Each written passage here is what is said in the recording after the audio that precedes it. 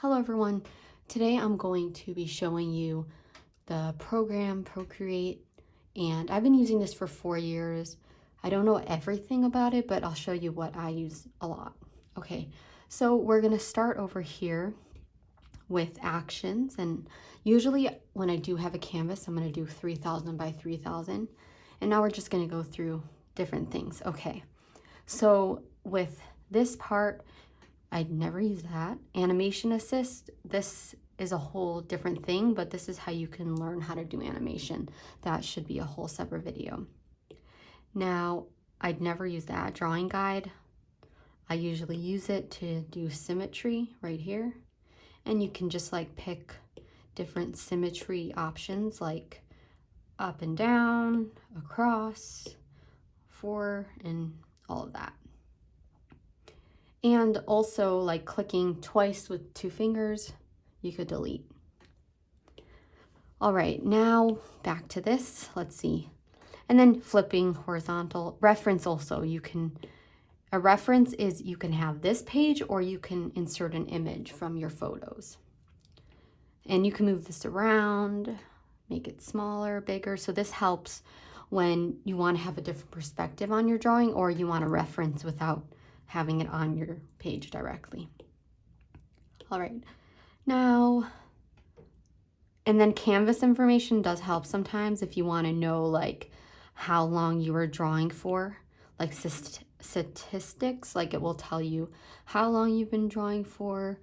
Yeah, that's what I use. I don't use anything else on there. Okay, now I'm gonna go to share. So usually when I share my work to my phone, I will save it as a PNG. I don't know why, but it works. And then if I'm sharing a animated thing, I'll share it as an animated MP4. Okay. Yeah. Now to video. Time-lapse replay will show you your time-lapse. You can move it back and forth to see what you did.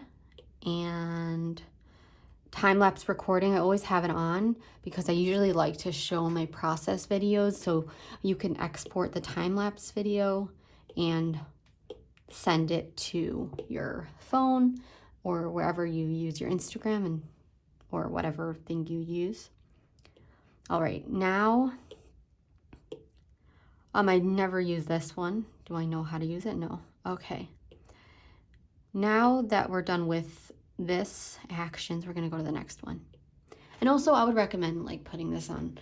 You could just put this on in the background while you're drawing and maybe something will come up and you'll be like, oh, I didn't know that. So hue, saturation, and brightness. So I use saturation a lot to like, sometimes I make my colors very faded. So that will just help it like be more intense. And then the brightness I do not use. And then hue is if like you really want your whole drawing to change colors. All right, now color balance, I do use this a lot. Like you have 3 options. You have shadows, midtones, and highlights. So let's say I want the midtones, which is like not the darkest color, but not the lightest color. And I like to usually make my stuff like a little yellow or a little blue, and it just really adds something to the drawing. Okay. Now, curves I do not use. Gradient map is for like, I use gradient map, let's say if my drawing is in black and white and I want to start like adding some colors to it. And you can customize it, but for me it's difficult. You just press here and customize it, but I don't usually use that. Okay, I hope this video is helping you guys out. All right, now this one I do use Gaussian blur. Like if I want to make like a specific spot blurry, but this is what it does. It just kind of blurs it. So let's say I want to make like a shiny circle. So like you take the white, I'm going to bring up the brightness a lot. And then if you do Gaussian blur, it like blurs it out. All right. Now, motion blur is also, it's something like if you want like something to look like in the background and a perspective. Same with this. It's a perspective blur. Yeah, a lot of these things I don't use, but I'm just showing you because like some people just don't even like click on these things. Okay, noise makes it like grainy, like that. And then I do sharpen my stuff sometimes, like that will just make everything super sharpened, but then I see all of like the mistakes. Like, did I know that blue line was there? No. Okay. And after that, we have bloom, which will take like really bright spots and make them even brighter. I will usually use this for like when I'm doing glitter or something and stars. I will add that effect. And we have glitch, which that's fun, little glitch. And a halftone, which like gives it like a comic book kind of thing. And you have options here to try different stuff. And then this one I use a lot, chromatic. I don't know how to say it, but it's like, gives it this like glowy sort of thing. And there's also like a different option. I don't know when you would use this, but there's also that option. All right, and then we have Liquify. Liquify I do use sometimes, like there's all different things that you can use. You can, let's say you wanna expand an eye, you want it to be bigger, and you could pick the pressure, the size, how much like is happening, and then you'll just go there. That's really a lot. We can make it a lot smaller. So there we have bigger eyes. And then you can do like pinch. Let's say you want to make your eyes smaller. Or just anything. Pushing also does, you can push different spots of your drawing. And yeah, so there's all different things. I'm not going to go through all of them.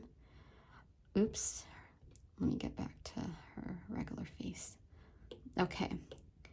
And clone, I'm still not sure exactly how to do it, but it like whatever's in the circle will clone it. See? Okay. Now we're going to move on to the next thing. So this is something I use a lot.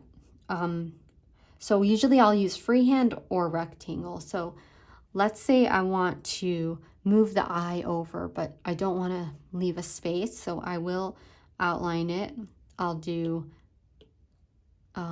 copy paste, and then I can move the eye around instead of like cutting it out. So that's what I do a lot, like when I want to move something very slightly up or something. I use that a lot. And I do keep the snapping tool on right here. Let me show you 1 second. Let's say the nose. I'll use the snapping tools, which keeps everything very uniform, but you can't make it not uniform. So if you want to turn that off, you would turn these off, and then you can like slightly move it a little like that. But if it's on, it will be, you can't like a little turn, it will be very much like a robotic sort of thing. All right, and yeah, so that's what I use on here. And automatic is when let's say I want to cut out some letters, I will use the automatic one. So I'll quickly like make something quick so you can see. So let's say I'll do this, add, and then so with this thing, automatic, it will cut out the color that you want, or it could be the outside color, and then you could just cut, and there you go. And you'd erase everything else, but that's it. All right, now let's go to the next one. So I just only started doing this fit to canvas, which I like. It like gets your photo fitting to the canvas. And I do flip my drawings a lot just to see how they're looking. And freeform is like you can make it, it's not so uniform, so you can like squish it down, move it across, but uniform will just keep it very uniform. And then distorting is like you kind of, here, let me make it smaller so we can see. So distorting is like that, like your, and it comes in handy with like different things, not like a full face. And then warp also helps sometimes when you want to like move stuff. And that's all I use on here. Let me try what this, I don't even know what this is. Okay. Interesting. So I guess that's like more in depth with that. Okay. Now, and remember, like, you'll get used to the program eventually. So don't worry, like, if this is boring or confusing. It's just, it will happen. Okay, now brushes is just like you click on the brush. I usually don't do anything with my brushes. I just leave them as is. Same with the blending tool. An eraser, you can always mess around with different erasers. Like, I like to use this as an eraser because it doesn't erase all the way. So I can give like a light kind of erase. And then the layers, so let's go through that. So let's say I want to have only my drawing, like, well, I'll just show you clipping mask because I can't even explain it. Clipping mask. So let's say I want a color on top. That will just color on the direct one right here.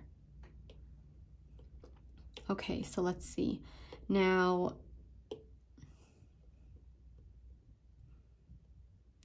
we have drawing assist. So every time I want my drawing assist to be on, you click that. This is fun to do. I'm kind of spacing out. Let's see what else.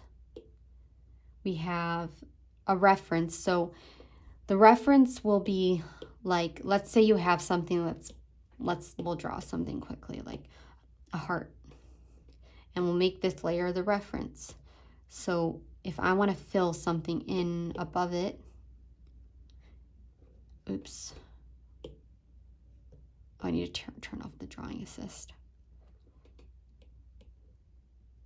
So the reference, even other layers, it will help, it will be able to be filled in and stuff. So that is useful if you're doing like a lot of line work. And what else? We have merging down is like if you want to combine layers.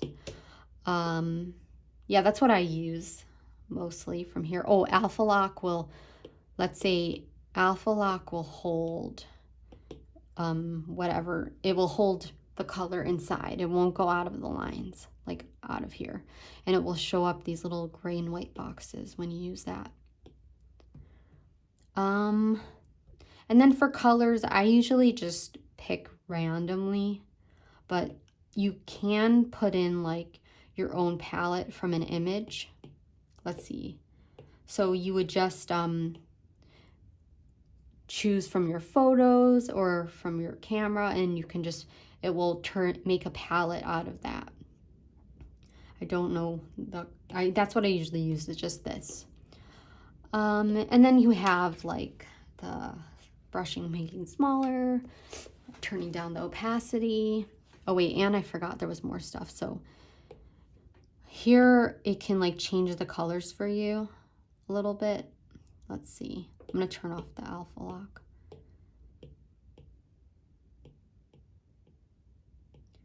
Yeah, this one will just, you can mess around with it and you'll see like different colors happening. I'm gonna go back to normal, and I think that's all I know so far with this program. But if you have any other kind of tutorials that you want me to do, let me know. I want to try to post more, and I want to be helpful to you guys. And yeah, like I still get nervous like posting these because I want them to be something interesting for you all. But I know it will take time for me to get better.